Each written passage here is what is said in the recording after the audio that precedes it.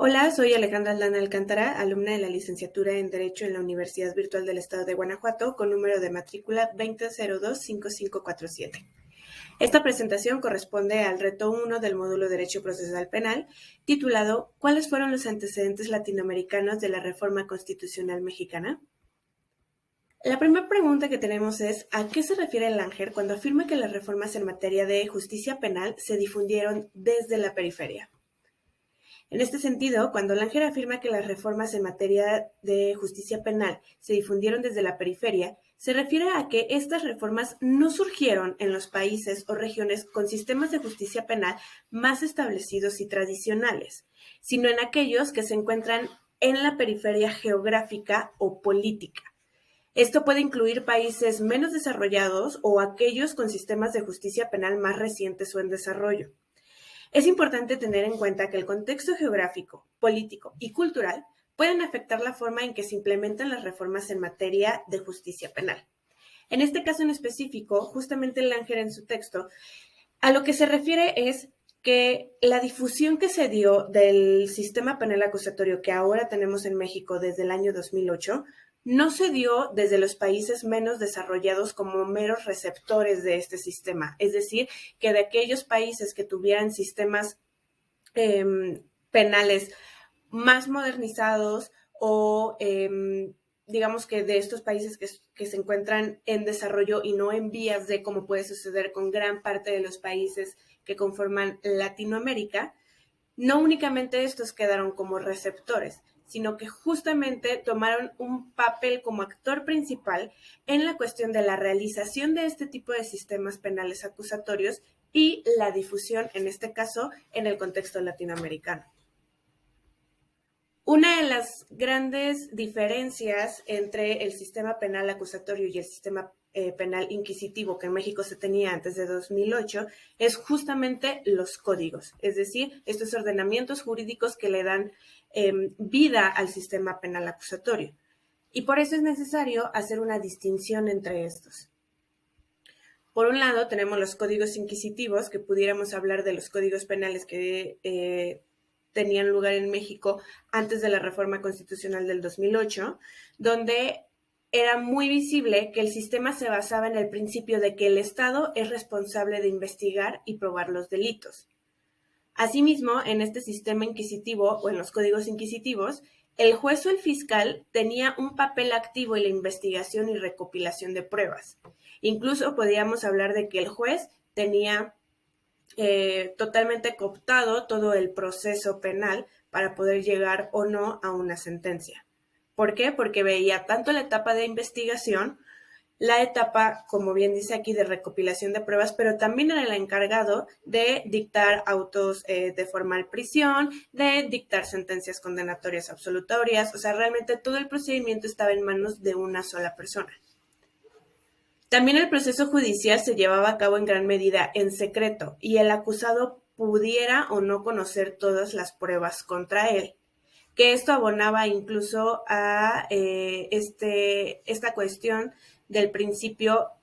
contrario al principio de presunción de inocencia, sino que justamente el acusado pues se mantenía acusado hasta que probara su inocencia. Y justamente al ponerlo en una situación de vulnerabilidad, no tenía acceso a las carpetas de investigación y por lo tanto su defensa pudiera ser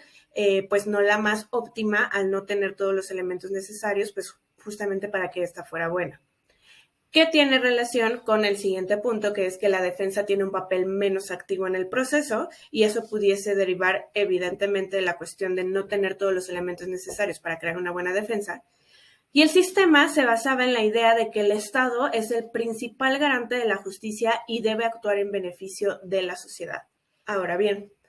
cuando pasamos a los códigos acusatorios, nos damos cuenta que el sistema se basa en el principio de que el acusado es considerado inocente hasta que se pruebe su culpabilidad, que es justamente el principio de presunción de inocencia. En este caso, el juez o el fiscal tienen un papel más pasivo en el proceso y la investigación y recopilación de las pruebas son responsabilidad de la policía, del Ministerio Público y de la persona acusada. Aquí, como podemos darnos cuenta, se hace un rompimiento en cuanto a que el juez sea quien tiene a su cargo todo el proceso, sino que únicamente se encarga de ciertas cosas y toda la cuestión de investigación, recopilación de pruebas, presentación de pruebas, ya pasan al Ministerio Público, pasan a la policía en caso de que sea primer respondiente, por ejemplo, y evidentemente pues el acusado tiene la oportunidad de presentar las pruebas que consideren necesarias para, pues en su caso, poder obtener una sentencia absolutoria de que eso pudiera ser posible. Y por lo tanto, que tiene que ver con el siguiente punto, es que la defensa tiene un papel más activo en el proceso. ¿Por qué? Porque tiene ya todos los elementos necesarios dentro de la carpeta de investigación al tener acceso a esta carpeta para poder armar bien una teoría del caso y, evidentemente, pues generar una estrategia que resulte favorable para los intereses del defendido, que en este caso sería el imputado.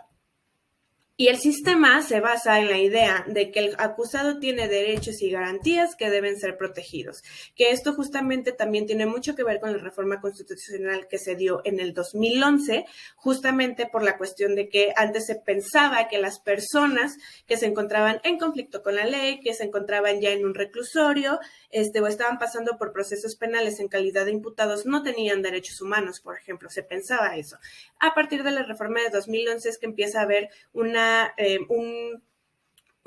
protección, comenzando por el hecho de que se reconoce que las personas que se encuentran en calidad de imputados o sentenciadas en procesos penales, pues evidentemente también tienen derechos y estos deben ser protegidos durante todo el proceso penal. Ahora bien, ¿cómo es que influyeron los actores internacionales en la formación y expansión de la red de activistas y reformadores en América Latina? A raíz de lo que dice Langer en su libro, me pareció conveniente hacer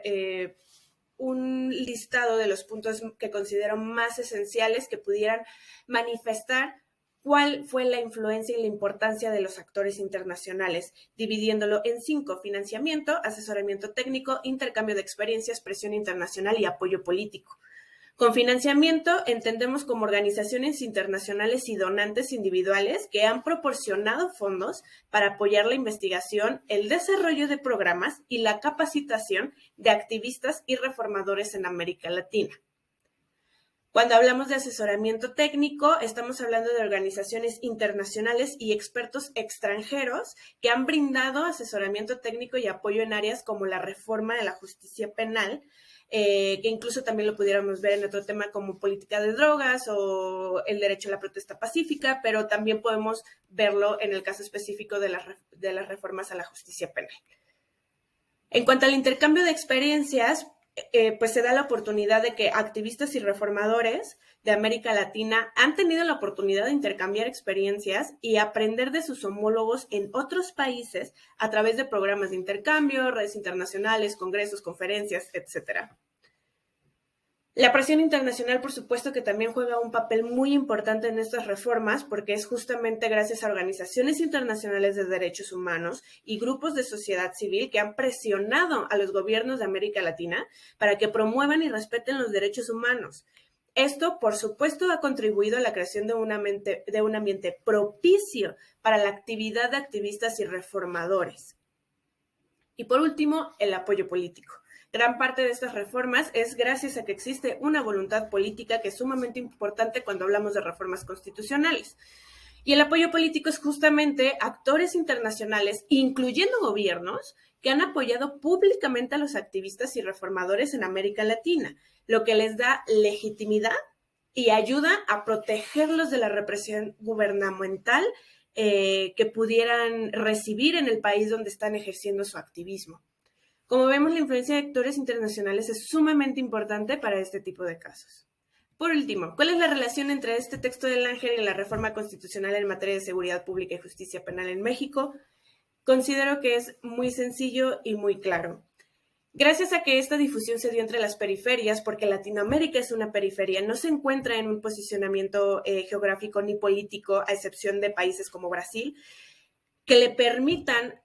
ser actor principal y no únicamente receptor. Con este texto podemos entender justamente que la reforma en México se dio gracias a las reformas que se estaban dando en Argentina, las reformas que se estaban dando en Costa Rica, por mencionar algunos países. Porque es gracias a lo que estaba sucediendo en esos países y actores internacionales que junto con activistas en pro de la justicia penal acusatoria, es que se logró traer a México este tipo de reformas, porque no hay que olvidar que México comenzó sus procesos de democracia un poco después que el resto de Latinoamérica, y es por eso que en materia jurídica vamos un poco más atrasados que otros países, pero es gracias a que se encontraba en una situación igual en cuanto a geografía, en cuanto a un lugar estratégico, geográfico y político, es que fue más fácil que se pudiera difundir desde la periferia y que México actuara como un actor principal y no únicamente como un receptor de la ley impuesto por otros países con mejor desarrollo que México.